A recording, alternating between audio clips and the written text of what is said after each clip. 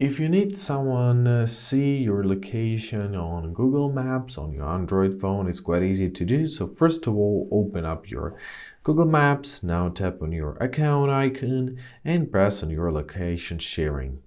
So here you can see a list of people who are sharing it with already.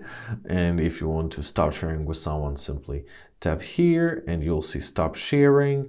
And that's how you do this.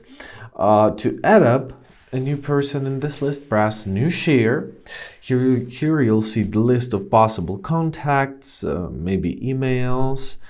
You can also send it through Gmail, Chrome, choose it from Facebook, so on and so forth. You can choose the amount of time, how you want to share it, for 3 hours, 8 hours, 1 day, and yeah, basically that's it, from minutes to days.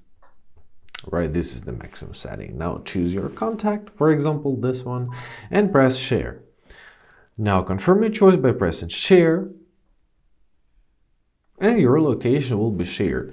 They will receive an invitation for this on the email, or you can set it directly to their email, and that's how it works. So basically that's it. I hope this video is helpful. Thank you so much for watching. Have a great day and please consider subscribing to our channel.